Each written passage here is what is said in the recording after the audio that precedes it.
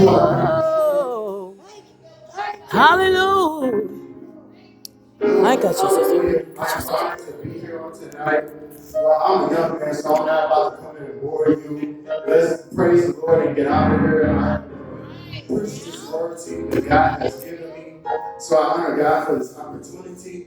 I thank Pastor Hooks for just inviting me to speak on tonight. It has been a while. I honor Bishop Watts in his absence, to Mother Watts and First Lady, Brother Watts, and to just everyone in their respectful places, our musicians, the elders, the deacons, the guests, just everybody in respectful places. Amen. And I just thank God just for another day here on I've been watching the news every day. So many people's lives are just slipping from this place. So many people get shot My up God. and killed in car accidents and people, kids dying and diseases and poverty and homelessness and people outside in the cold and just so much evil. And I just began to pray, God, before I leave this place, please allow me to accomplish your will in my life. Please allow me to do everything that you are calling me to do. Right. Amen. And so, are you still in A flat? I'm gonna sing this song real quick before I get into the word. Oh, to Jesus I surrender. All to Him I freely give. I will ever love and trust in His presence daily. So I surrender all.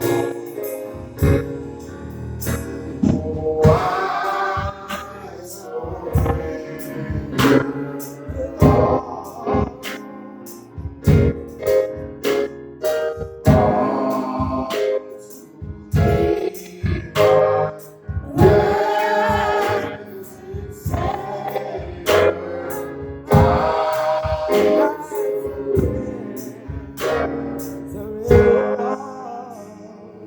Father God, Lord, I pray, Lord, as I bring this word, that you would just use me, God, to speak to your people, God. Lord, that I would speak your truth, God, and not speak in error. Holy Spirit, that you would have your way in me and use me as a vessel of God. In Jesus' name, God, open up the people's hearts to receive your word, God, that it may transform lives, God, that it may heal, God, that it may accomplish what you sent it to do.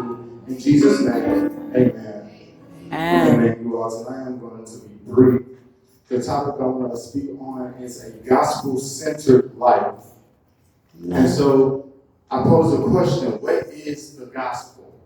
The gospel is good news. The gospel is God's broadcast to mankind.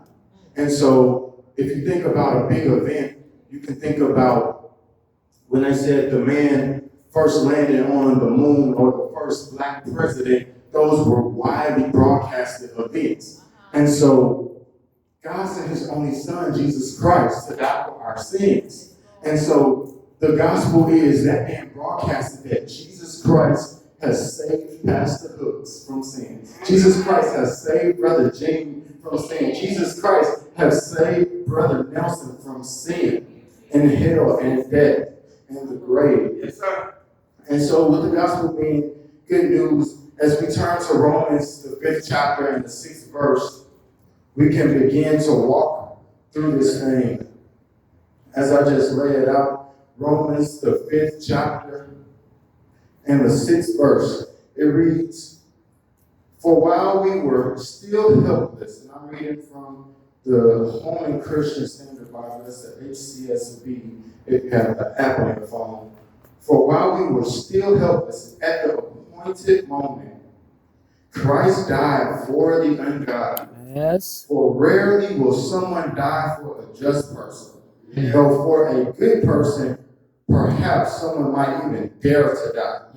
But God proves his own love for us, and that while we were still sinners, Christ died for us. This text shows us that a person that walks upright, a person that has lived a holy life, a person that has been a good, honorable person, people will even question dying for them. If there was a bank robbery, if there was someone that came to do something they weren't supposed to, and there was a trade for life, please don't take the kids, take me instead. It says if somebody was an upstanding person, people would even, they wouldn't even dare to die. Like, man, I'm not about to risk my life for them. But Jesus Christ thought of us as ones who he loved dearly and fiercely, that he would even die for us. And so the gospel, like I said, is the good news of Jesus Christ. And so if we live a gospel-centered life, if we center our life around that fact that Jesus died for us, then what are we saved from? What did Jesus die to save us from? So let's go back 2 chapters to Romans, the 3rd chapter, verse 23. And we're going to see that everybody was guilty before God.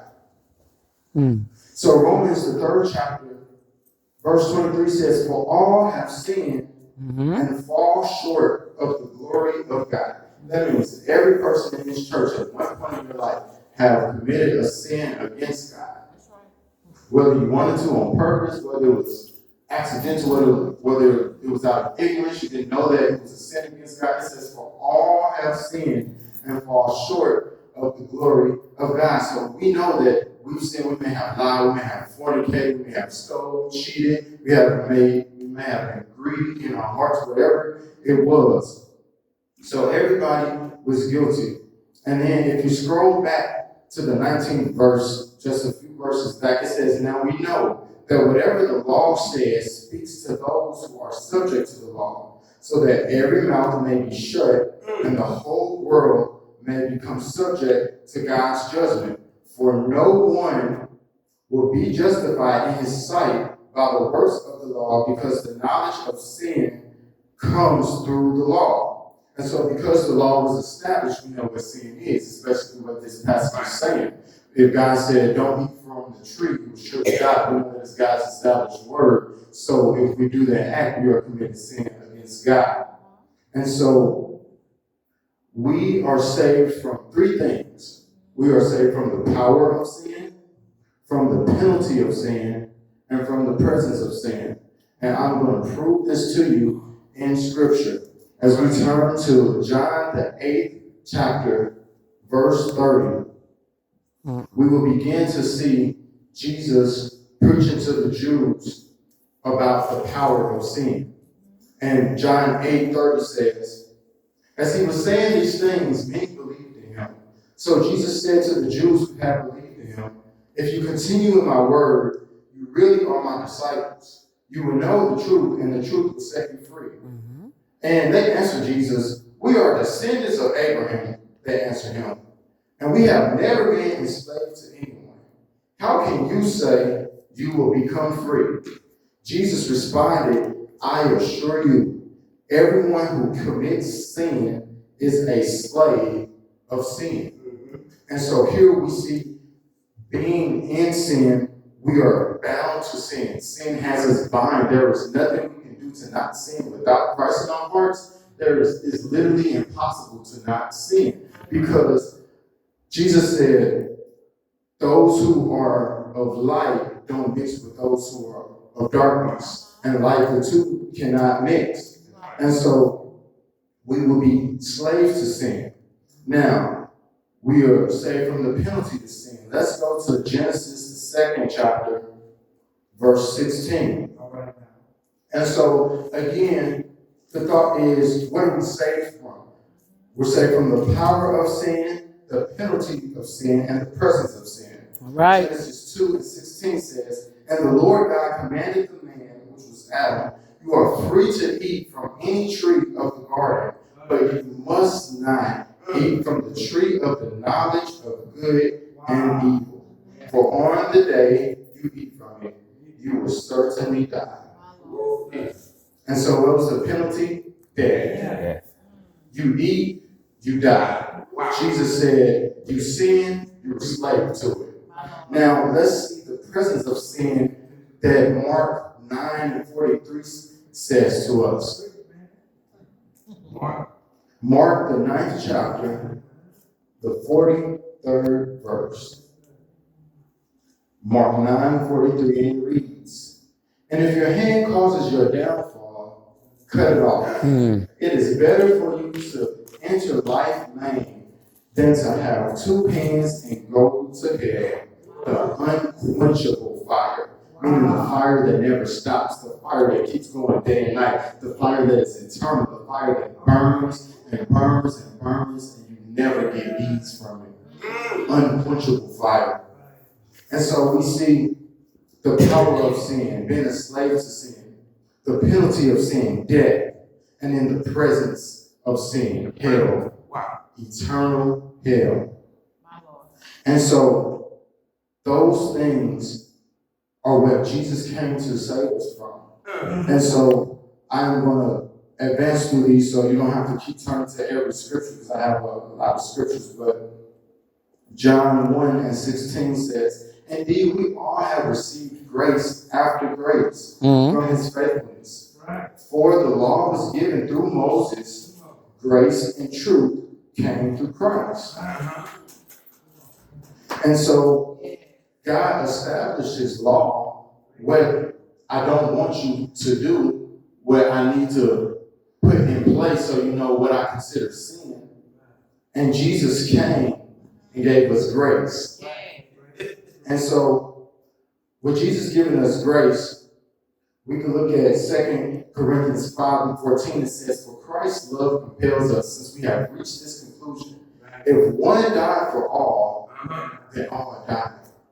And he died for all, so that those who live should no longer live for themselves, but for the one who died for them and was raised. The one who died for them and was raised. Brother Jane, can you come sit in this chair for me?